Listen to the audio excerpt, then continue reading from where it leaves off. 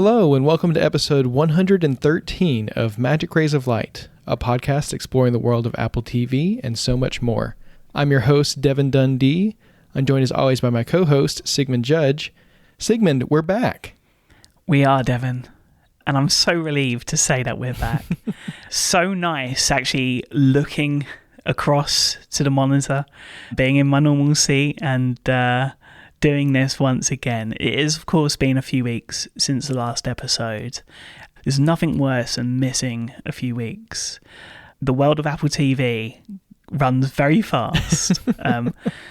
But we did miss a few weeks under some extreme circumstances. And so I wanted to talk about this and just be very open about it. It took a little bit to post on social media, but I had a heart attack.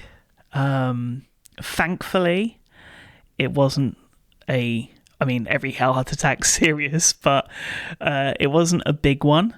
It hasn't affected me too much. I have had the odd day where it's been a bit emotional. But the reason I wanted to talk about this very quickly is because I think when we think about heart attacks, we think of like this big drastic thing, right? How it's portrayed in the films and how we see the infomercials kind of reenact a heart attack where someone clutches their chest and falls to the floor. And I had something that was a little more passive to that. I didn't actually realize that I had suffered a heart attack until a few hours later, and I should have gone to A&E straight away, but just didn't know what I was experiencing. So I had a quick sharp pain that went across my chest to my left side, and then I had what felt like indigestion, but higher up in my chest, and that was the main telling sign. Of course, I have issues where my white blood cells and my red blood cells kind of fight it out and kill some of my medication that I need to take to keep my blood thin enough so that it doesn't clot. And unfortunately, whilst I have clots removed, one went undetected, caused a blockage, and that's what caused it. So I'm very, very grateful to everyone. Obviously, this is a bit of a process still. Yeah, I just want to say very quickly, a big thank you to everyone that either reached out, some people I'd never expected in my wildest dreams to hear from, but also, we got to FaceTime whilst I was in the hospital bed, and other people did the same, which was fantastic.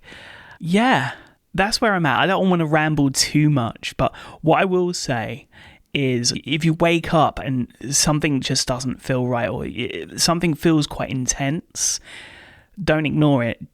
Check out with the doctor. Apple Watch, right? If you found, and I get this occasionally, I know you're not so much this way, Devon, but there will be like weeks or sometimes months where I don't wear my Apple Watch because I forgot to charge it or something like that, right?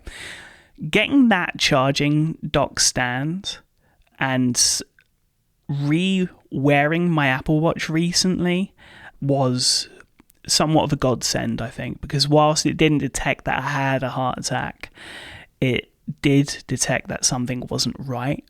And it prompted me to put in some symptoms, which actually really helped the doctors when it came to it, because they could see what had been happening to a point.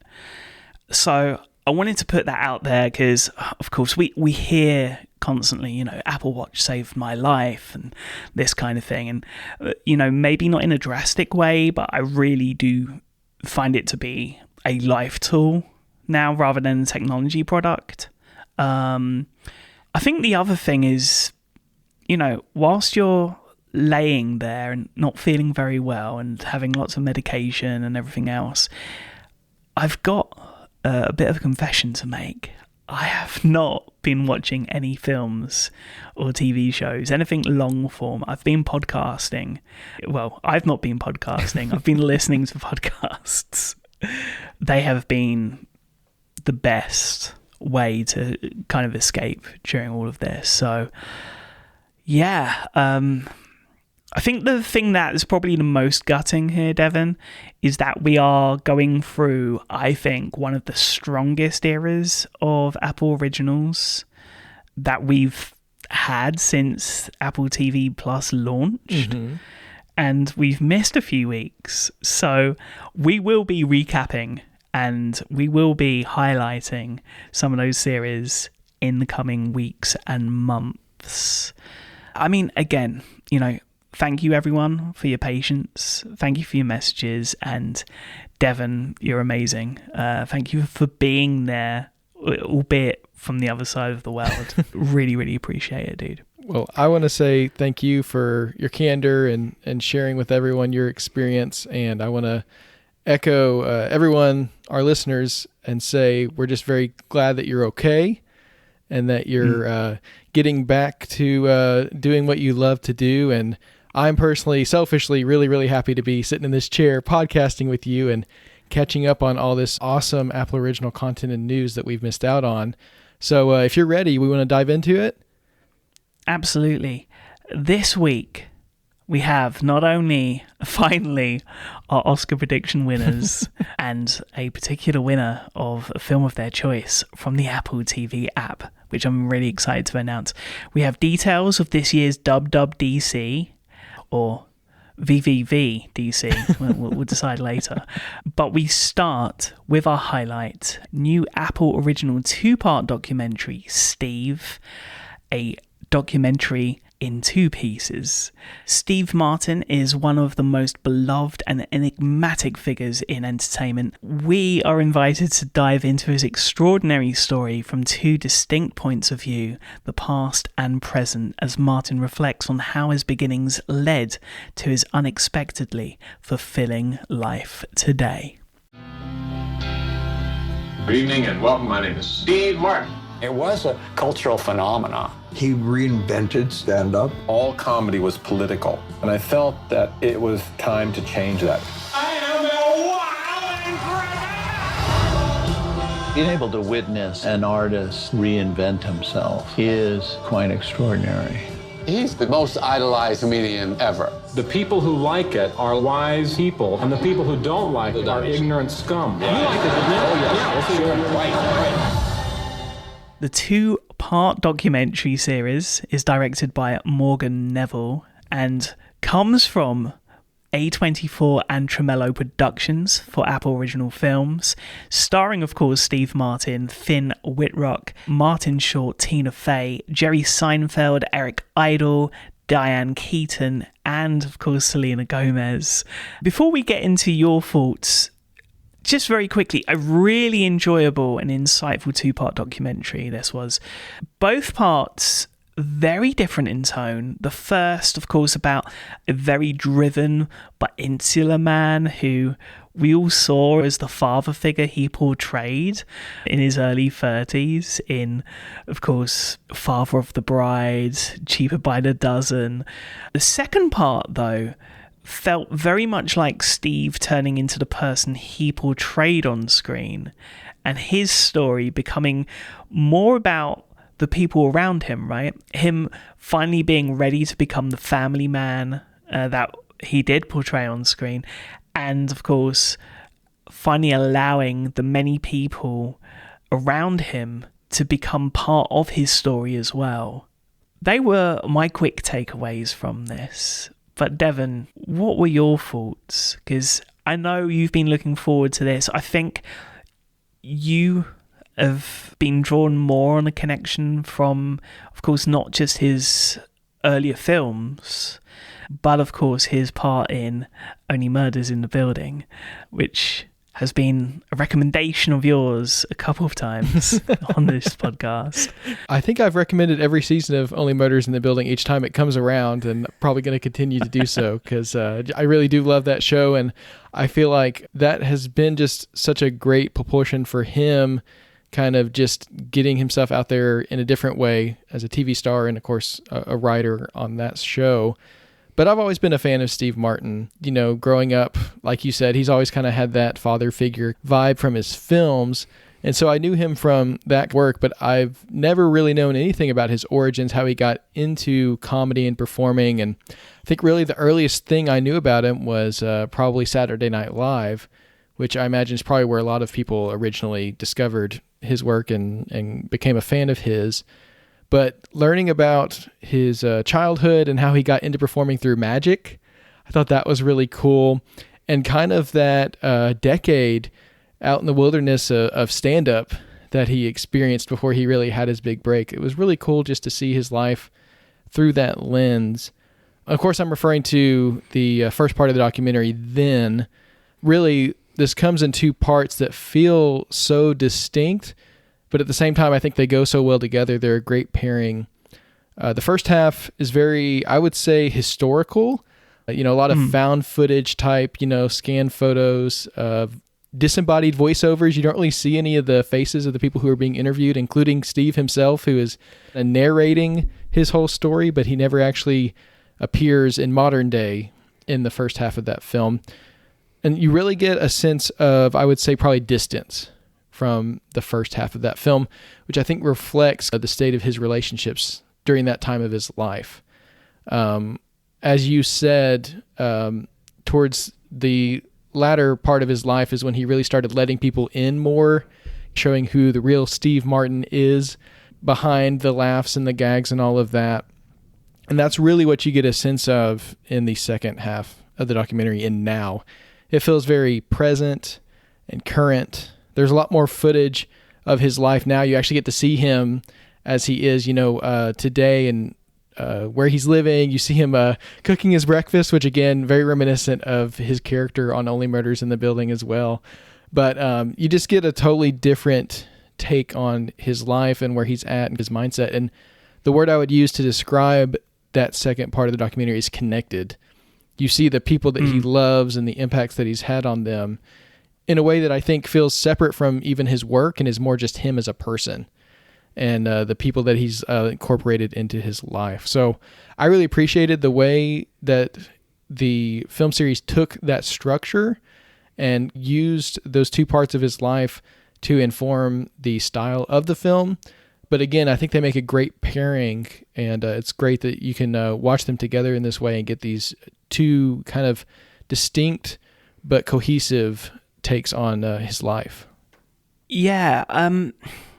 In terms of Morgan Neville, who directed this and put this all together, there's a really interesting kind of couple of tidbits that came from him in the promotion leading up to last week's release. And one of them was that a lot of the kind of found footage was either from Steve Martin's basement, and then also some from his older manager as well. So there's a lot of footage that you will have never seen in this documentary, which I thought was amazing. There was also some conversation had with regard to, Steve and who he wanted to trust in sharing this and putting this to screen. And when the rough drafts were done and sent over, apparently the response was 2 emails, one line each, one of them saying, this is great, and the other one, after I think the second part, saying, I need to send this to my shrink.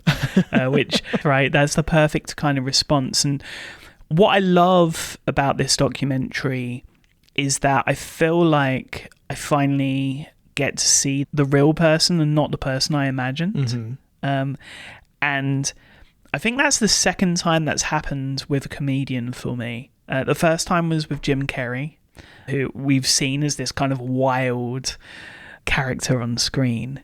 And now I feel like he's let us in with his personal statements and whatnot with regard to how he wants to be perceived. And this is the second time I'm getting that. I think comedians are just really, really interesting once you delve into their psyche and where they come from, and I guess what really drives them. I completely agree with you, and thinking along those lines, I think it makes a lot of sense why this film is made and released now at this point in his life. I think it just ends on such a beautiful note. I feel like a lot of the film has to do with his accomplishments, especially in the world of comedy, making people laugh and show business and things like that. But really where it ends is on his accomplishments in his personal life. You know, finding his partner, becoming a father, his relationship with Martin Short, which Martin Short appears in a few scenes in the film as well, and they're hilarious. But there's this moment where Steve says, if Martin stops performing, I think he actually says if Martin dies, but I'm just going to retire. Like, he's my partner, you know, and that contrast between where he's at now in his career and his relationships versus how he started and how kind of solitary he was, I think that's just really beautiful. And I loved that. And I find his story inspiring, not only in what he was able to achieve and being able to do what he set out to do, which he certainly has done, but also just in his growth as a person and where he's landed. And so, it's really a touching film. And as you said, lots of great footage and funny moments as well. So it has something to offer everyone. If you're a fan of Steve Martin, if you're just aware of him and interested in learn more about his story, I highly recommend checking this film out. It's now streaming on Apple TV+.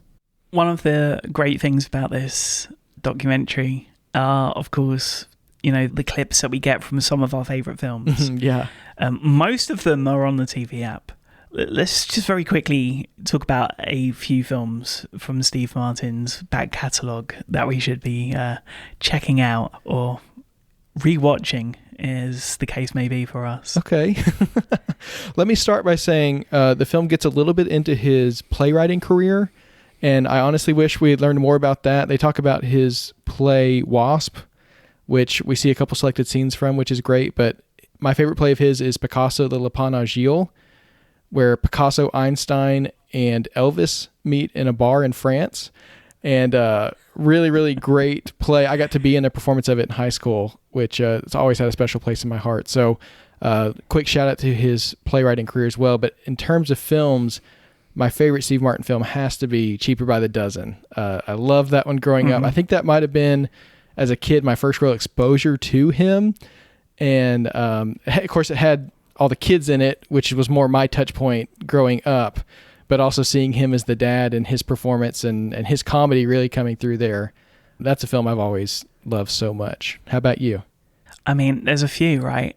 I think probably for the reason that is actually explained so well in part one of this documentary, Father of the Bride was probably the first that really got me, and Father of the Bride 2 came at a time where sequels are really kind of frowned upon because they didn't meet the expectations set with the first film, especially when it came to comedies in that era. Father of the Bride 2 just went another level and I just loved it.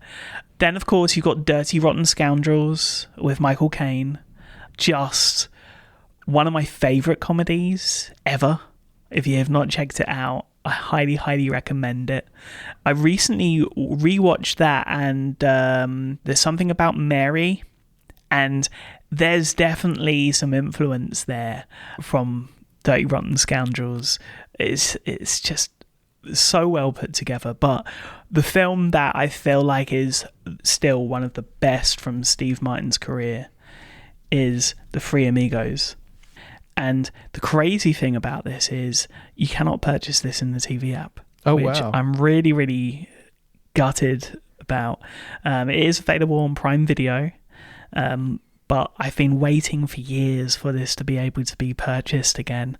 I'm not too sure how it's aged from a politically correct point of view, because it's been a while since I've watched it, but yeah, highly, highly recommend The Three Amigos. So yeah, they are our picks of Steve Martin films to check out following your screening of the two-part documentary Steve, a documentary in two pieces. At least a couple of these are going to be downloaded on my Apple Vision Pro or on maybe a future iPad on my way to WWDC 2024. Announced, spotlighting, of course, the latest advancements in iOS, iPadOS, macOS, watchOS, tvOS and visionOS happening between June the 10th and the 14th, which is a week later than I expected.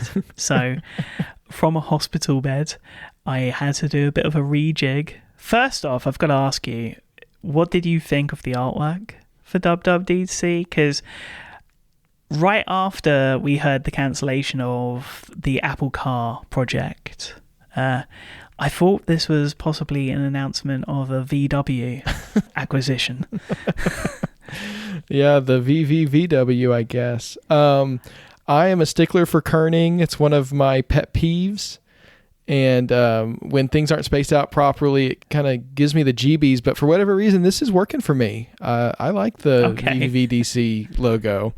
I don't totally get what it's supposed to communicate. And honestly, sometimes I think they just want to do something different to change things up for a year. I love the memes. Of course, it's always fun to poke fun at the artwork as well. But personally, this works for me, and it just gets me even more excited for the event in June.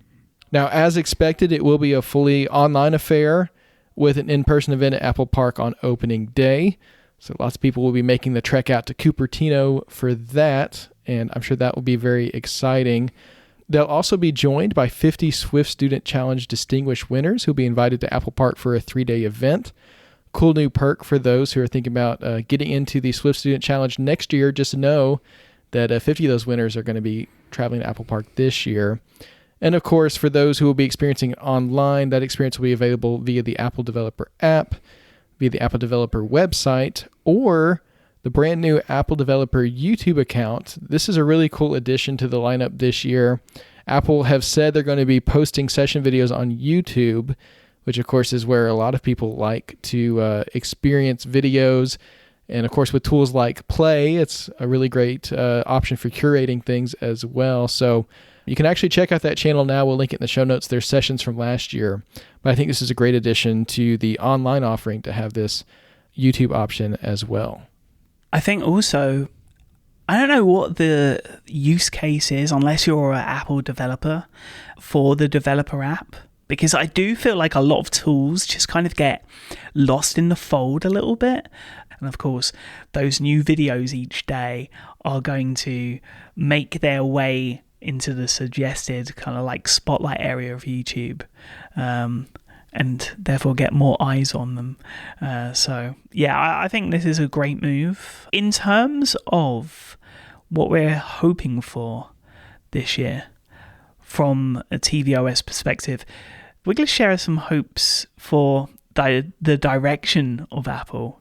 Of course, that being for creation and consumption. I think especially from a developer point of view, of course, you know, the betas release straight after the opening keynote. And so from a consumption perspective, you know, there's a lot of focus on what's new in terms of features.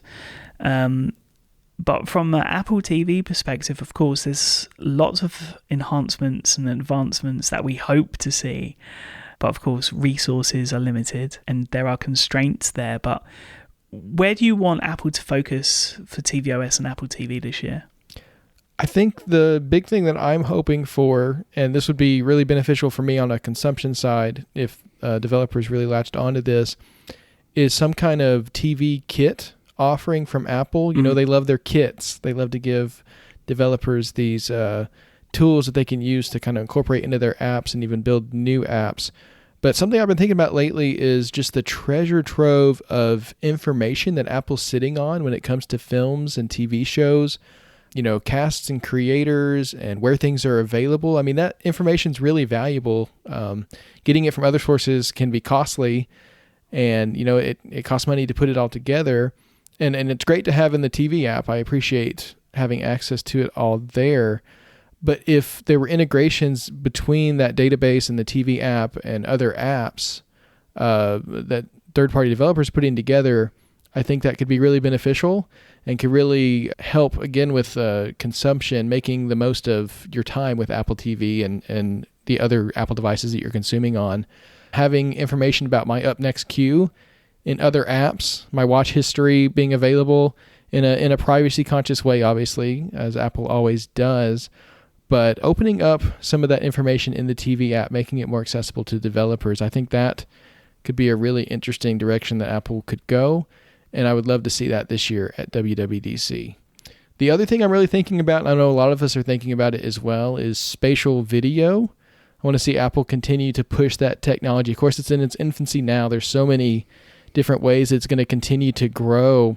And I want to see Apple pushing not only their content, of course, creating more spatial video for us to consume, but also putting out tools and resources for creation and editing and remixing and having fun with this content as well. Of course, it's wonderful to be able to capture it and play it back.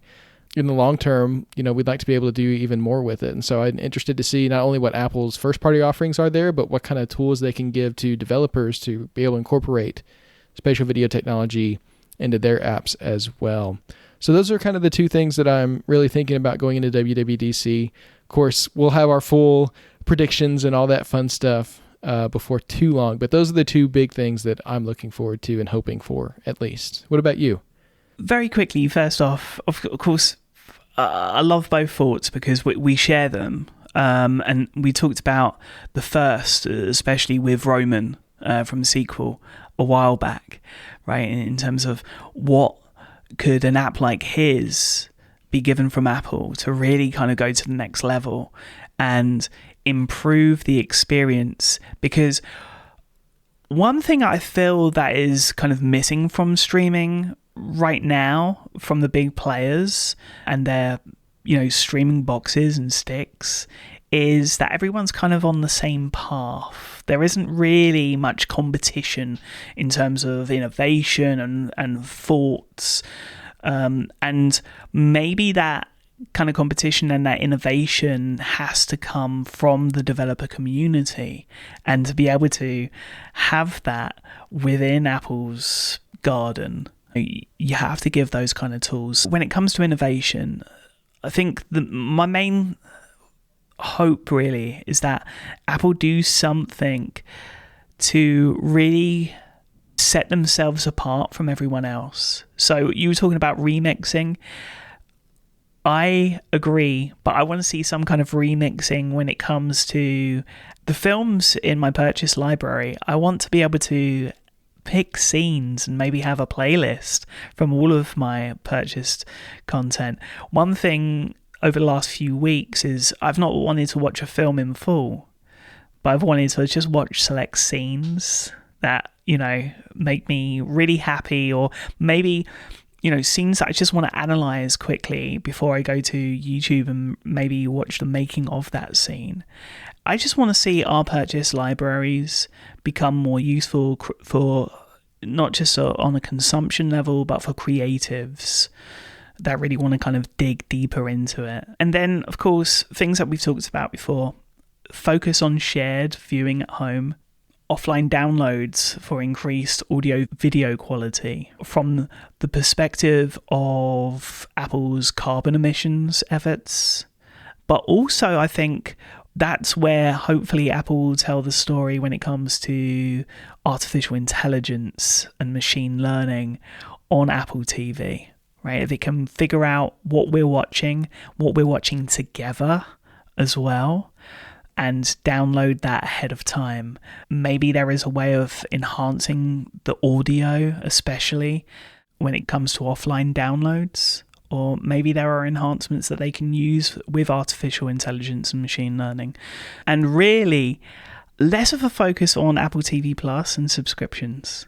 I want to see Apple really hone the experience and make it undeniably best in class, really before a competitor innovates, because it's going to happen. And I mean, Kaleidoscape already doing it. We talked about that briefly during our kind of pitch for an Apple TV Pro. I think the Apple TV is Pro as it is, but it's let down software-wise right now in terms of what we hope to see in terms of innovation. Well, I like your thoughts, and we're officially on the road to WWDC now. We're just a couple months out, so we're going to continue thinking and hoping and wishing and predicting right up to June 10th when we finally see what's coming in the next versions of all of Apple's operating systems. Now, this week, Apple did release a batch of beta operating system updates, including tvOS 17.5 Beta 1. We'll be keeping an eye on tvOS 17.5 as it goes through development, keep you posted of any new features that we come across. But since we last spoke, Apple officially released tvOS 17.4. We wanted to highlight the new features that came with it, including a new carousel navigation for trailers and extras. So when you're watching those, you can flip through them horizontally to go to the next one. Nice little addition there. And the HomePod gaining the ability to automatically detect your preferred music service. So you no longer have to manually define that. If you have a certain music service that you like to use, especially if it's not Apple Music, your HomePod will be able to detect that and play it for you from that source. Now, what wasn't included in tvOS 17.4 was the ability to share play Apple Music via QR code from your Apple TV or your HomePod, or even from Bluetooth speakers. We saw that feature in an earlier beta and it ended up getting pulled, so we're not sure when that's going to be reintroduced, but we'll be keeping an eye out for it. And one improvement in the iOS and iPadOS 17.4 updates that we wanted to highlight is an improved how to watch section in the TV app. That's something that we've talked about here before, kind of cleaning that up, making it more clear where and how you can access different titles. And they've now done that, and it's very much appreciated. Yeah, for those that haven't checked it out yet, it's basically an expansion, right? So it goes full screen, so you get a deeper list. And all that's missing, Devon, from what we're hoping for, right, for one of our wishes for tvOS 18, which blows my mind just saying. But for tvOS 18 is just holding down on one of those tiles, having them jiggle, and being able to move them around and reset the order of our up next queue. That would be wonderful, and I really do feel like that is going to come. In terms of visionOS, we got a 1.1 update released recently.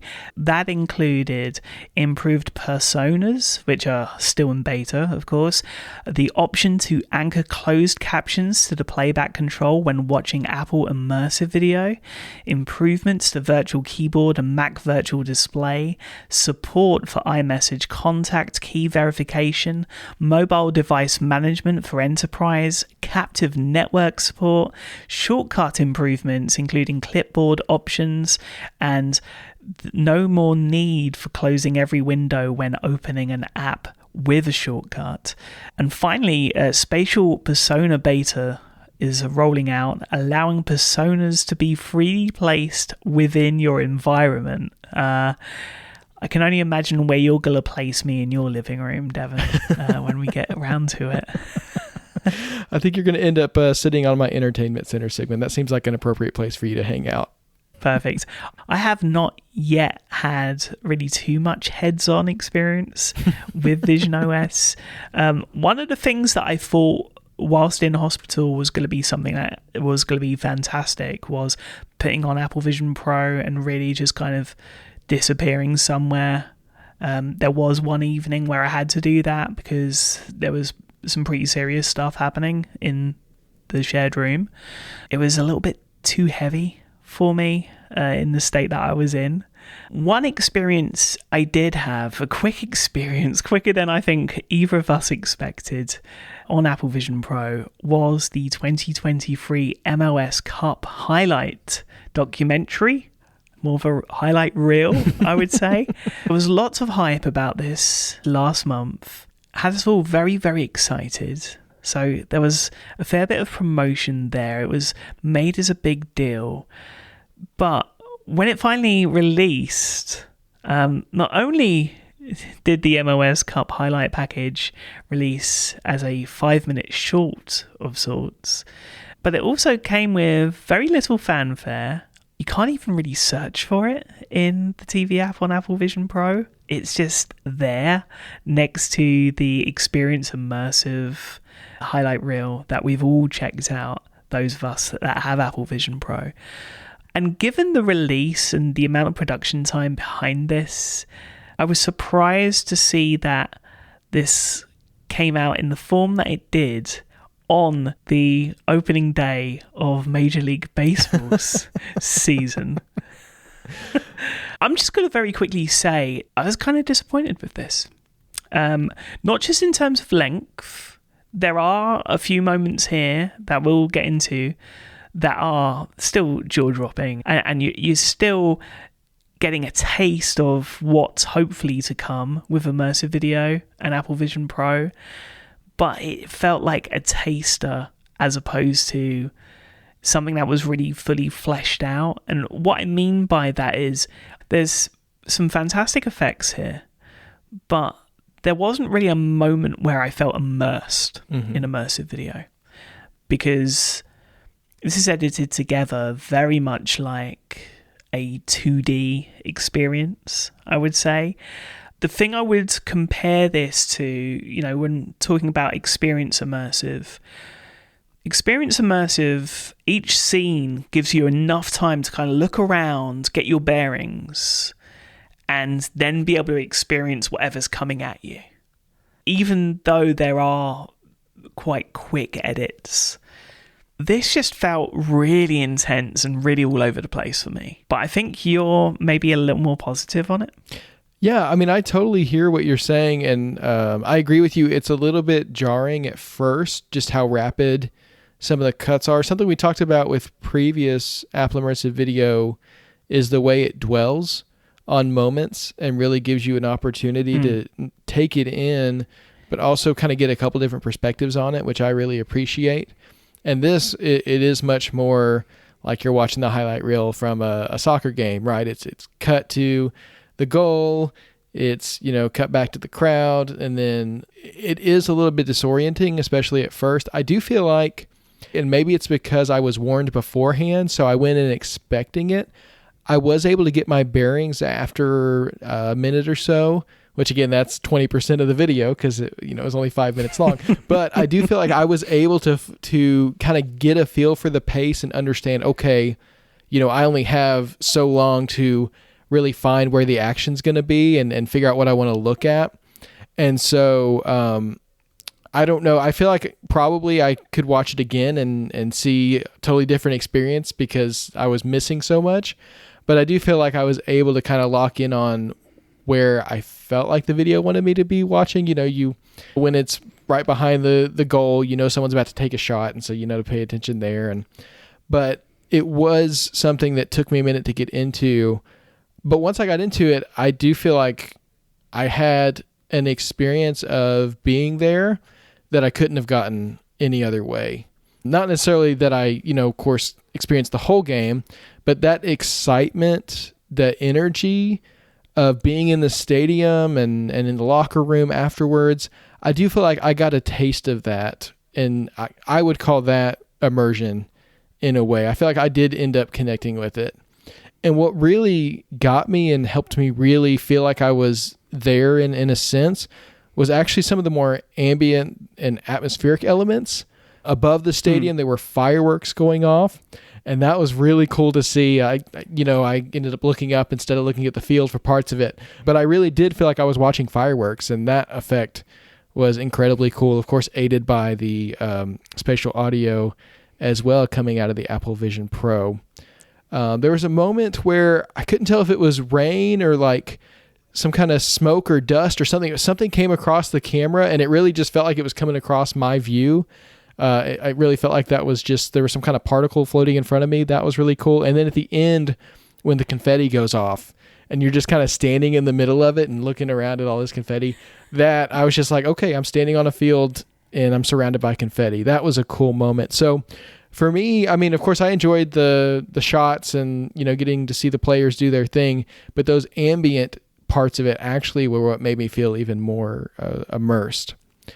There was one moment that I don't think I could have ever experienced in a 2D format, and it actually was a bit unsettling, and I don't think it was purposeful, but and I can't even remember what part of the video that it was, but I'm sitting there watching the soccer players play. I'm on the sideline of the field, and there must have been someone standing just to the side of the camera, and they go to clap, and their hand comes into view.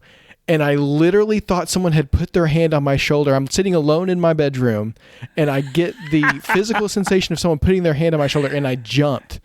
And again, probably not an intended part of the video. And maybe someone was standing a little closer to the camera than they were supposed to.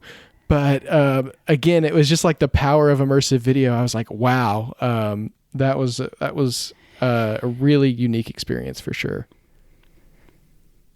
I think that was the wow moment for me, the sideline views. Because we've seen at the goal view in the Experience Immersive showcase. I think if they're going to focus on sports live, because I think that's where we both want to get to eventually, that is what's going to really sell tickets or, seats, virtual seats. So I hope that comes eventually at some point. One thing I will say, again, back to the production and the editing, I think people are going to have to kind of get retooled for putting immersive video presentations together. I think some of the shows that we have seen the first episodes of that launched in January with Apple Vision Pro, it's April now as we speak, and still there are no new episodes. But I think that is going to be a process that's going to take some time. And that is probably where I felt most let down with this. I wonder if it's going to take until the next iPhones come, where not just the Pro iPhones have the ability to capture spatial video, but the regular iPhones will have the ability as well. And I'm really interested to see what the Today at Apple sessions are going to be like at Apple stores when it comes to spatial video recording and editing as well. I think it's going to be really interesting. We're 2 weeks away from NAB in Vegas, which is where we hear about all of the new cameras, all of the latest updates for DaVinci Resolve and maybe Final Cut, new lenses for spatial video for professional cinema cameras, I'm imagining we'll hear about as well. So we are in the infancy of immersive video and spatial video. It's going to be really, really interesting. And then, of course, this week we also got the Spatialify app being updated to enable the recording of 3D spatial videos with both HDR at 1080p 60 frames per second or 4K at 30 frames per second on iPhone 15 Pro and Pro Max. So that's happening there, but again, when the next iPhones come, hopefully all of the iPhones will have the ability to record in spatial video, and that's when I think we're gonna get the most from immersive video.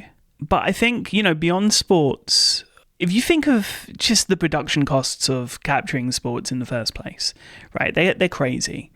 And so we've talked about how immersive video really, is in infancy, is probably gonna need to be anchored by live entertainment in kind of more controlled spaces. And so, again, bring back Schmigadoon. Yes. Right? And just do it on the stage, right? And bring it back in that way. And I think that would be amazing. Of course, Apple are having that play with their original series and films and building their catalogue ready for when people are ready to jump on board the service. And I think that's probably the same tack that Apple could take with this. We've heard rumblings of live concerts being recorded years in advance, the likes of Coldplay and Lady Gaga and more. They have yet to come to fruition. So I think there's plenty in the pipeline, but then I think it's also important to say that Apple Vision Pro right now is still only available in the US. We're hoping any week now we may hear of the rollout plans for other regions, especially in the lead up to WWDC. I think that's almost a dead certainty. What do you think? Do you think we're going to get more episodes before WWDC for the series that we already have? Do you think that it might be smaller creators and maybe, documentarians and shorter films that are going to be what harness immersive video first and foremost? I think we certainly are going to see more episodes of those series from Apple. I mean, why else would you make them series and not just a film like the Alicia Keys video, right? They could have released it that way and kind of maybe avoided some of those questions that people are asking now, like where's the episode 2, right? At the same time, I think you're right that while Apple was, of course, going to be investing in the technology and pushing it as much as they can, there's only so much they can do. And so I really hope we do see a new generation of filmmakers or, people who are seasoned and want to take on a new challenge come and take this on. I guess the question would be how they're going to release that, what the pipeline looks like to get that to people and monetize it. Would Apple be interested in maybe having some kind of program for sponsoring some filmmakers to go out and use this technology to make something cool and bring it back to them? We don't know for sure. We're talking about something that probably won't, we won't see the full version for years to come. This is something that it's going to play out over time. I do hope to see more of it soon because it is so cool and such a rich format for experiences that I just want to experience more of it. So fingers crossed for more soon, hopefully before WWDC, or maybe we'll hear something about it at WWDC. I think what was showcased with the Scary Fast event last October was that, you can set up a rig. You can do a lot with the iPhone in its current form, especially with USB Type-C and how you can rig the iPhone up now. I wouldn't be surprised if we see a showcase similar to that in the future when it comes to spatial video, because when we think of spatial video and immersive video, we're thinking of those big cameras that we've seen at sporting events. We've seen them on sets as well. I wonder if the iPhone in its current form is capable, alongside rigging, lighting, a real large camera crew, and maybe that's where Apple need to invigorate creators by taking that first step and showing them how to do it. Now, as far as production, I wanted to give some props to a new AI cloud-based production suite that's currently in beta.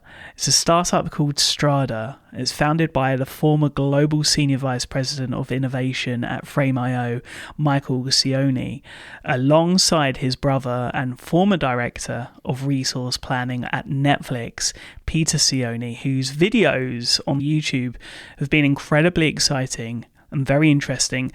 The company's name, as I say, is Strada, and they've been exploring cinema rigs for iPhone with the Beast Grip cage that we saw during the Scary Fast event. But they're doing things that I think are really, really interesting in terms of increasing the shallow depth of field in post with artificial intelligence. And just today, they posted a video about focus pulling with a first camera assistant using Apple Vision Pro. And honestly, it's totally blown my mind. So we'll link that in the show notes. Highly, highly recommend checking it out. Of course, another video that we're going to link to, but we're also going to talk about is the trailer for Franklin, which we received a couple weeks ago. In December 1776, Benjamin Franklin is world famous for his electrical experiments, but his passion and power are put to the test when he embarks on a secret mission to France with the fate of American independence hanging in the balance. You are? I am Benjamin Franklin. The Congress has sent me here as a representative of the United States to enlist France in our war against England. America requires men, money, and arms. Without your aid, the United States will end before it has begun. Of course, this stars Michael Douglas, Noah June, Thibault de Montalembert, and Danny Mays. Devon, what were your thoughts on this? Because again, I'm still slack-jawed seeing Michael Douglas in his first period piece role. Yeah, this trailer looks great. I love Michael Douglas. This is going to be an interesting character to see him take on. At least, of course, on my side of the pond, Benjamin Franklin is one of those people who just has always seemed larger than life, really hard to nail down. And so to try to capture him as a character, I think is going to be interesting to see. But if anyone can handle it, I think Michael Douglas is the one who can. And I'm excited to see him do it. Now, of course, growing up in American schools, I knew the very broad story, that Benjamin Franklin went to France and ended up getting aid and all that good stuff. But based on this trailer alone, there seems to have been a lot more going on during this trip than the history books taught me. And so I don't know anything about all the happenings and goings on. It seems like there was a lot of danger and scandal Benjamin Franklin faced while he was in France. And I'm excited to see it all play out. Now, this isn't related to the trailer necessarily, but I will say, if you haven't yet, check out the artwork for this series as well, because they're doing them in the style of period portraits. And it's just really cool to see. I love that they're marketing it this way. They're really leaning into what this show is. And I look forward to seeing what it has to offer us when it debuts with its first 3 of 8 episodes next Friday, April 12th on Apple TV+.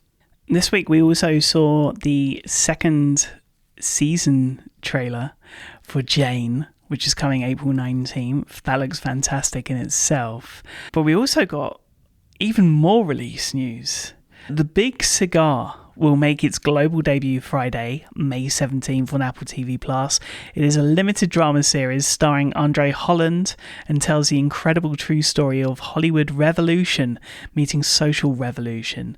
It's a wild caper of Black Panther founder Newton escaping from the FBI to Cuba, and the assistance of famed producer Bert Schneider in an impossibly elaborate plan involving a fake movie production that goes wrong every way it possibly can.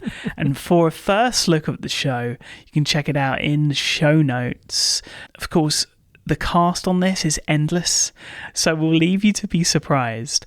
But really, really looking forward to this. In terms of Pachinko Season 2, that will be released on Apple TV Plus later this year, according to Variety, who included the detail in a report on series creator So Hughes' new overall deal with Apple and MediaRes. Very, very excited about that overall deal and what stories can be told through that. But we also have a ton of in-production news.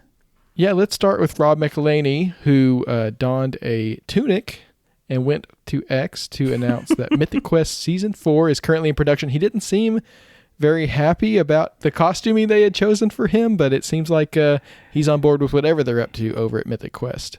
Do you think this is going to be the final season? Maybe to make way for the spin-off series that we've heard so much about? Because I'll be quite honest with you, the ending of the last season felt like a little bit of a repeat. So I'm kind of hoping this is going to go somewhere. What do you think? Yeah, I don't know. I mean, I thought they were done after Season 2. I felt like that was a pretty definitive ending, and then they came back for 2 more now. I don't know if this is a show that's going to have a definite ending, or if they can kind of just depend on the great cast they put together to kind of just go on forever and just keep seeing what happens in that office. I don't know. I'm personally fine either way. I mean, I'll take as much of Mythic Quest as I can get, whether it's the main show, spin-off, multiple spin-offs. Maybe give Dana a show. She's pretty great, right? But we'll see what they do as Season 4 continues into production. Also, filming for Apple original film Mayday has begun, as revealed by director John Francis Daly. The film stars Ryan Reynolds and Kenneth Branagh, and while plot details are being kept under wraps, the film is said to be a Cold War action-adventure set in 1987. Director Spike Lee announced on Instagram that filming for his Denzel Washington-led remake of Akira Kurosawa's High and Low has begun.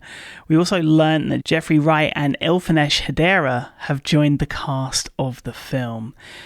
Billy Crystal also revealed on X that filming for Apple original series Before has wrapped. The psychological thriller series follows Crystal's character Eli, a child psychiatrist who, after recently losing his wife, encounters a troubled young boy who seems to have a haunting connection to Eli's past. Filming for Bad Sisters Season 2 has also wrapped, as revealed by series star Ava Hewson on Instagram. Now, despite a viral tweet posted on April 1st, of course, April Fool's Day, a tweet that many people were fooled by, Season 2 of Severance is not coming in June. Instead, the most recent shoot schedule for cinematography is set to wrap in the third week of April, which we reported on in January.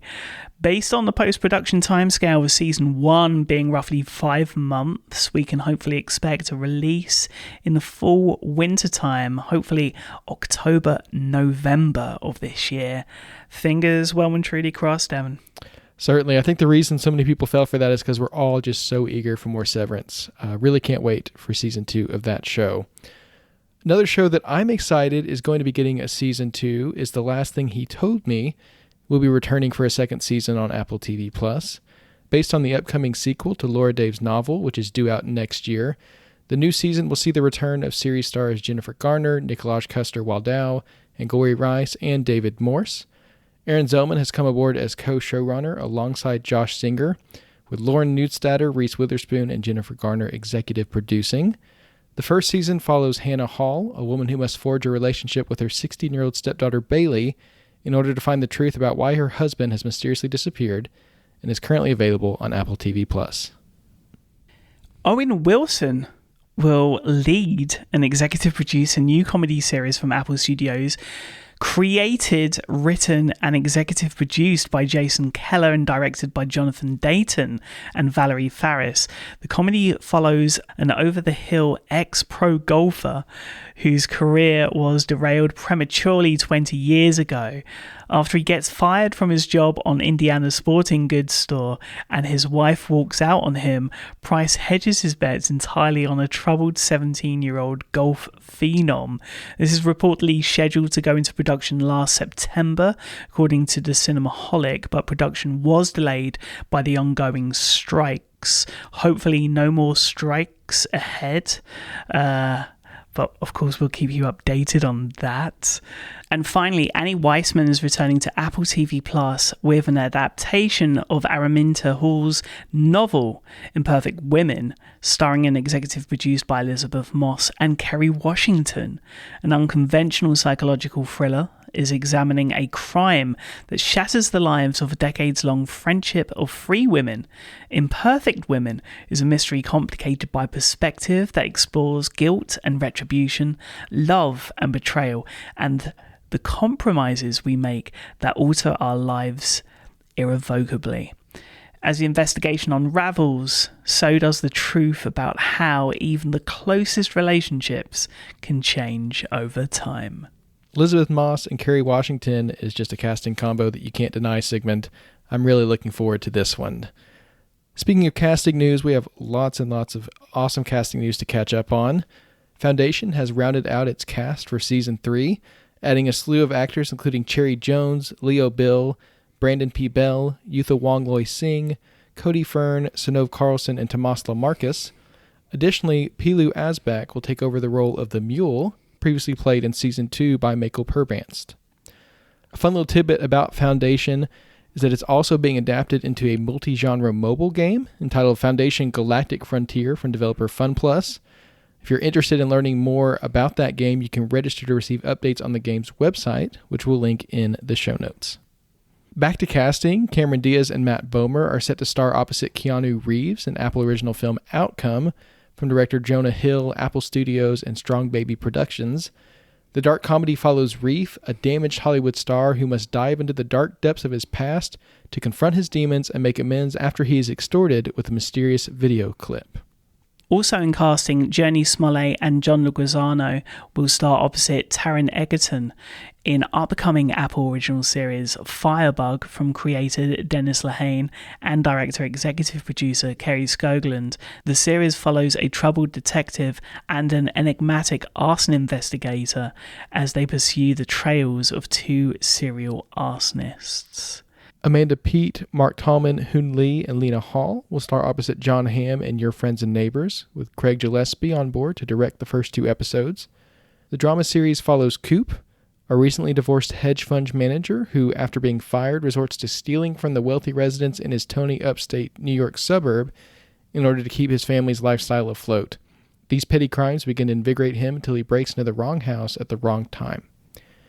Carolina Wydra has joined Vince Gilligan's Apple original series Waikaro, starring opposite Rhea Seehorn. Marian Mayoad and Carmen Ejojo have come aboard Fountain of Youth, the upcoming Apple original film starring John Krasinski and Natalie Portman as siblings on a global hunt for the mythical fountain. Brett Goldstein will take on a guest star role in Season 2 of Shrinking, which he co-created with Bill Lawrence. Seth Rogen's comedy series The Studio has rounded out its cast, adding Catherine O'Hara, Katherine Hahn, Ike Barinholtz, and Chase Sweet Wonders to the lineup. In addition, the series will feature guest stars Bryan Cranston, Keila Montesaro-Mija, and Dwayne Perkins. And finally, for casting, Erica Alexander, who listeners might recognize from Shining Girls, Ashton Sanders, and Eric Lange have come aboard Season 3 of Invasion. Looking forward to a lot of those performances. Lots of great casting there. Of course, some performances were celebrated, as they always are, at the Academy Awards, the 96th Annual Academy Awards, where Oscars were dished out. And Devon, we did have a bit of a predictions pool for this, where not only did we go head to head, but we also opened this up to listeners who could possibly win a film of their choice from the TV app. So looking forward to announcing that. But first, I think we have to go into scoring our predictions. Killers of the Flower Moon unfortunately did not sweep the boards as predicted by yourself, Devon. I'm gutted by this because I loved where you were coming from. I think the one award that I was still sad about but could understand was Lily Gladstone not getting that we all really had everything crossed for. It did go to the wonderful Emma Stone for her performance in Poor Things, which did very, very well. So our scores. Okay. Let me just admit, Sigmund, you did best me. I think you could tell as we were filling out our scorecards that my chances were slim. I was really, really betting on the Apple originals there. Apple didn't end up taking home any awards. So my score was 7, which, you know what, I'll take it. Respectable, at least in my eyes. I got a few of them right. You, on the other hand, got 18 right. So congratulations to you. You won our Oscars prediction contest by, I'd say, a mile. At least a mile. But congratulations on winning that. You know, I'm chuffed by it. I did feel pretty good about some of the picks, although I didn't really take any risks. So I did love your approach. It was a lot more fun than me, but I was in it to win it. That said, there were a few picks that I just did not pick, and someone pipped both of us, believe it or not, with their predictions. And that is the winner from many, many submissions. Marty Day, you have won the film of your choice from the TV app. So we will be getting in contact with you soon via email, or I believe maybe even via the Club Mac Stories Discord server, because it just so happens that Marty is also a member of Club Mac Stories with constantly great input over there. So congratulations, Marty. Yeah, when I saw Marty had won, I was really happy to see that, and to beat Sigmund's score, that's pretty impressive. So congratulations again to Marty. That's not all the awards news we have this week, though, because the BAFTA Television Award nominations were released, and Apple Originals took home 13 nominations, including 6 for Slow Horses, including Best Drama Series, Supporting Actor for Jack Lowden, Editing and Fiction for both Sam Williams and Sophia Talas, Makeup and Hair Design, and Best Sound for Fiction. Silo had 4 nominations for Costume Design, Production Design, Original Music and Fiction, and Special Visual and Graphic Effects. Hannah Waddingham Home for Christmas, something we both loved this past holiday season, got a nomination for the Entertainment category. And The Infield Poltergeist had 2 nominations, Specialist Factual and Sound Factual. So congratulations to all the nominees there. We'll be keeping an eye out on the BAFTA Television Craft Awards on Sunday, April 28th, and the BAFTA Television Awards on Sunday, May 12th, to see which of these Apple originals take home the prize. Now, in terms of this week, of course, lots and lots of releases, but a few to catch up on since we last spoke. We saw the finale for Masters of the Air, which, of course, we will be recapping very soon on this podcast, alongside the premiere of The Bloody 100th, the story of the real Masters of the Air, and then the premiere of Palm Royale, which, I've gushed over as much as I was allowed to before embargo. Of course, we missed the premiere week, but this is a show that every time I'm watching it, despite the capers, the drama, the sass, the comedic wit on show, I really felt quite relaxed watching. It felt like being on holiday, just brilliantly put together, and the 5th most watched streaming original series from last week. So really, really happy to see that people are watching that.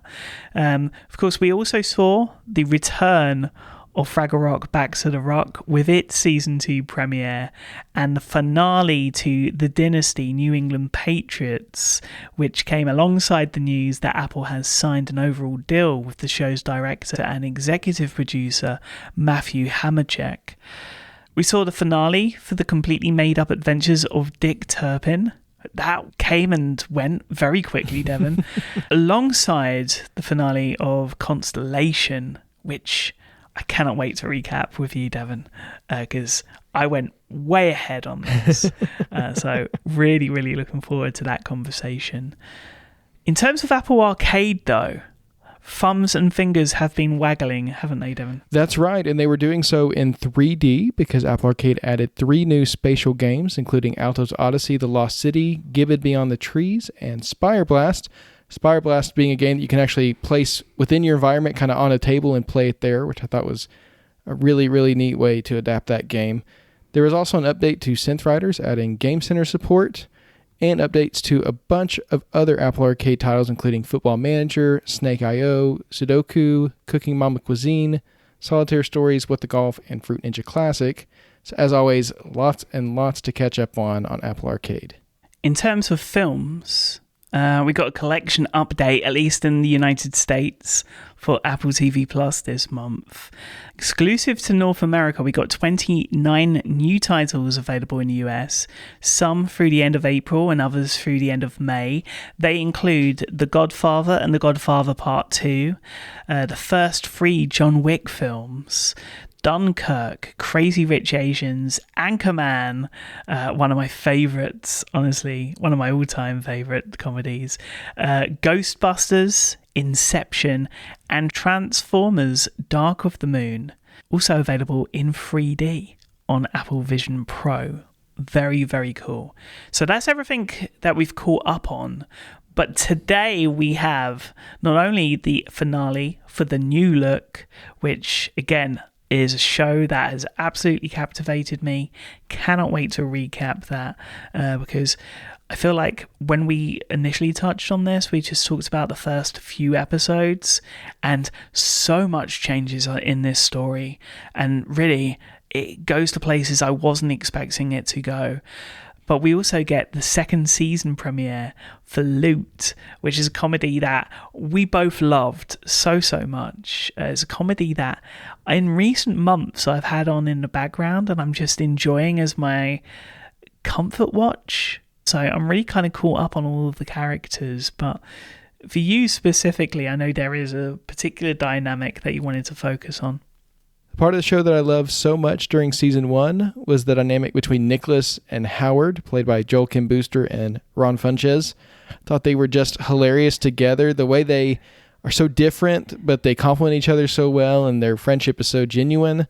I love those two so much. And it seems like they're leaning into that even more with season 2, because they brought these two actors in to do a recap of season 1, where the two of them are just walking around set kind of snarkily recapping the events of season 1 and kind of judging the characters for their decisions as they go along. And of course, it's the actors, but they're leaning a little bit into their characters as they go. And it's really funny. We'll link that in the show notes. So be sure to check out that recap before you watch season 2 of Loot. Is there anything in particular that you're looking forward to with this next season? Yeah, I mean, Joel Kim Booster, who plays Nicholas, I'm really interested in his story, which I believe this second season really delves into. And he's taking his personal experiences as being a child of adoption to the small screen this season, which I'm really excited for. And also, I just want to see what happens between Molly Novak and Arthur. Yeah. Do they finally, get it on and become official? And how does the rest of the group deal with that? So, yeah, very, very cool. Looking forward to checking out Loot today as it premieres with its second season. Tomorrow we have more Apple Arcade releases for April. They include Puyo Puyo Puzzle Pop, a cute matching game with a story mode. I love the Puyo Puyo games. I've played them since the days where most of my gaming actually happened on a console. Then we also got Super Monsters Ate My Condo Plus, which is a remake of the classic stacking puzzle game with awesome graphics, and Sargo Mini Trips Plus, which is a combination of 4 preschool travel-based games: planes, trains, not automobiles, but road trip, and boats. Obviously, I had to get that Steve Martin reference in.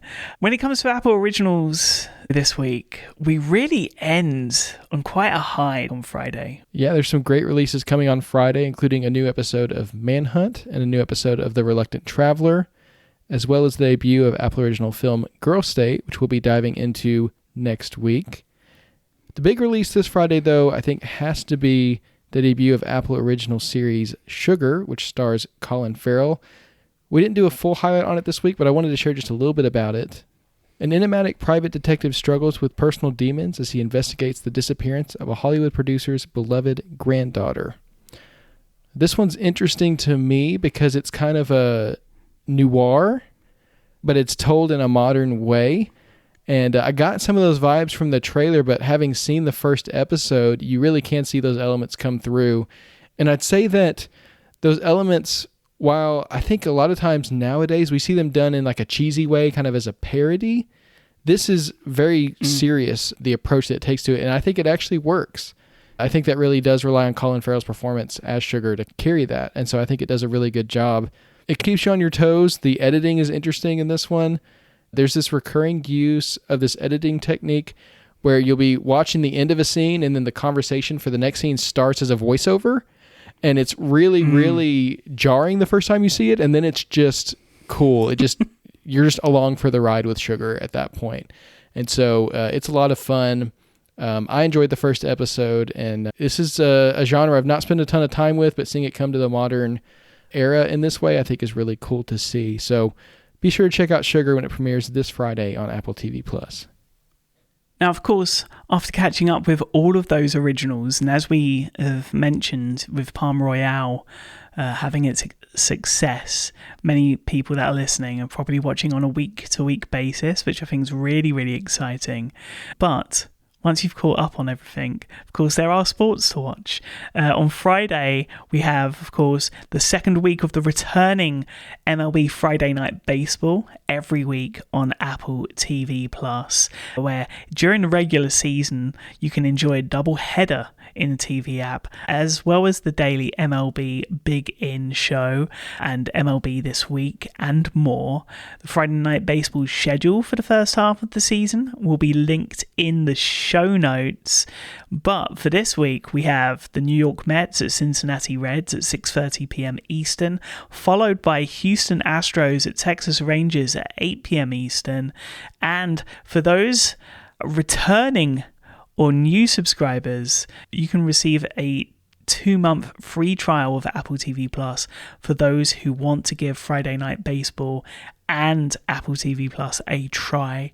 Of course, on Saturday and Sunday, you can also catch up with the very best of MLS Season Pass as it continues this week. And we'll also leave a link there for a 1-month free trial available through Friday, and we'll link that in the show notes as well. Of course, we'll round up things with extras, and there are many. We've already mentioned Loot, the actual helpful recap, which is the best title ever for a season recap, I think. We also got inside looks for Palm Royale and Sugar, alongside a featurette on the real Miss Dior from the new look. And of course, Fraggle Rock Back to the Rock, the season 2 guest star puppet surprise. Yeah, Fraggle Rock really is a gem, and I love this video because it's the guest stars who are coming in, getting to meet their puppets for the first time. So you see Brett Goldstein and the other guest stars see what they're going to look like on screen and kind of, get really excited and even emotional a little bit at seeing their puppet caricatures. Yeah, I mean, Brett Goldstein's just Bert with a beard, right? Bert from Sesame Street, those eyebrows. I don't think you're too far off base. Anyway, check out the video. It's really a lot of fun. I think that brings us to our up next picks for this week, Sigmund. A lot of releases and extras to check out, but of course we've always got recommendations for the rest of the TV app as well. This week I think our theme is music related. What have you got for us, Sigmund? Well, I have a music performance / documentary turned 40 years old last year and is finally available in the TV app after a short theatrical run last year, which I missed. And that is the Talking Heads' Stop Making Sense. This has been heralded as like the greatest concert film of all time, and it brings to the screen the Talking Heads at Hollywood's Pantags Theatre, performed live in December 1983 by David Byrne, Tina Weymouth, Chris Frantz, and Jerry Harrison, alongside an ecstatic ensemble of supporting musicians that really captures the iconic band, arguably their exhilarating best. This is directed by Academy Award winner Jonathan Demme, and it's been newly restored by A24 to celebrate its 40th anniversary.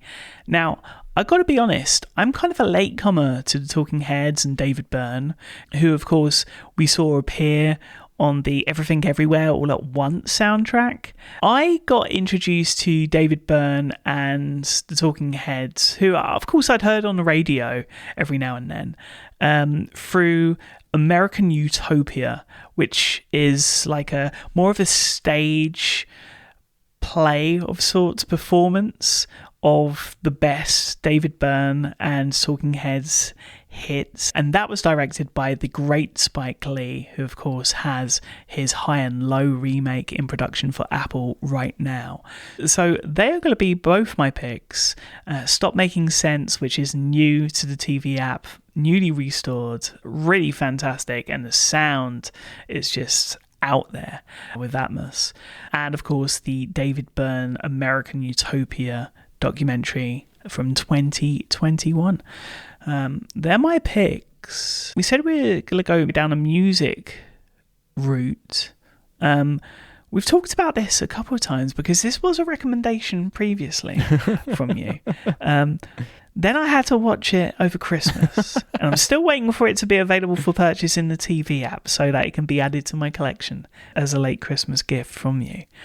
I think I've kind of given away what you're about to talk about, but this is like the extra long version on Disney Plus. Yes, Taylor Swift The Eras Tour. It's the gift that keeps on giving. Now we've got Taylor's version on Disney Plus, streaming now. It is 210 minutes long. Every time this movie comes out, it gets a little bit longer because she just keeps adding songs that were cut in the previous edit. So this includes 4 more acoustic songs in addition to the version that you and I saw when it came to home release for rental. And I can't really say anything about this film that we haven't already said before. It really is a wonderful time. Obviously an artist who I enjoy very much. I love singing along to the songs. When I watched Taylor Swift The Eras Tour over Christmas break, it inspired me to go even deeper into her discography, into some eras that maybe I hadn't been as attentive to. And of course, she's got a new album coming out next year. So Taylor Swift just keeps on going. If you haven't seen Taylor Swift The Eras Tour, now's your chance to watch it on Disney+. You can see even more of it than even Sigmund and I watched when we talked about it the last time here on Magic Rays of Light. Good news. Just kind of going back to Christmas and New Year's. Ari Aster has a new film coming. Oh, boy. Well, I know what I'm getting for Christmas next year. All right. Well, with that, we're going to call it a week here on Magic Rays of Light. Thank you so much to everyone for listening. Thank you for your patience as we were away. We're so excited to be back. And we would love to hear your feedback on this episode and all of our episodes. So follow us on Apple Podcasts. Leave us a rating and review there. You can contact us on social media via the links in the show notes, or you can email the show or send us an iMessage to magic@macstories.net. We'll be back next week with Franklin, a recap of Constellation, and a special look back at new Apple original documentary Girl State. So until then, stay safe, watch some Apple TV, play some Apple Arcade, and have a great week. It's great to be back.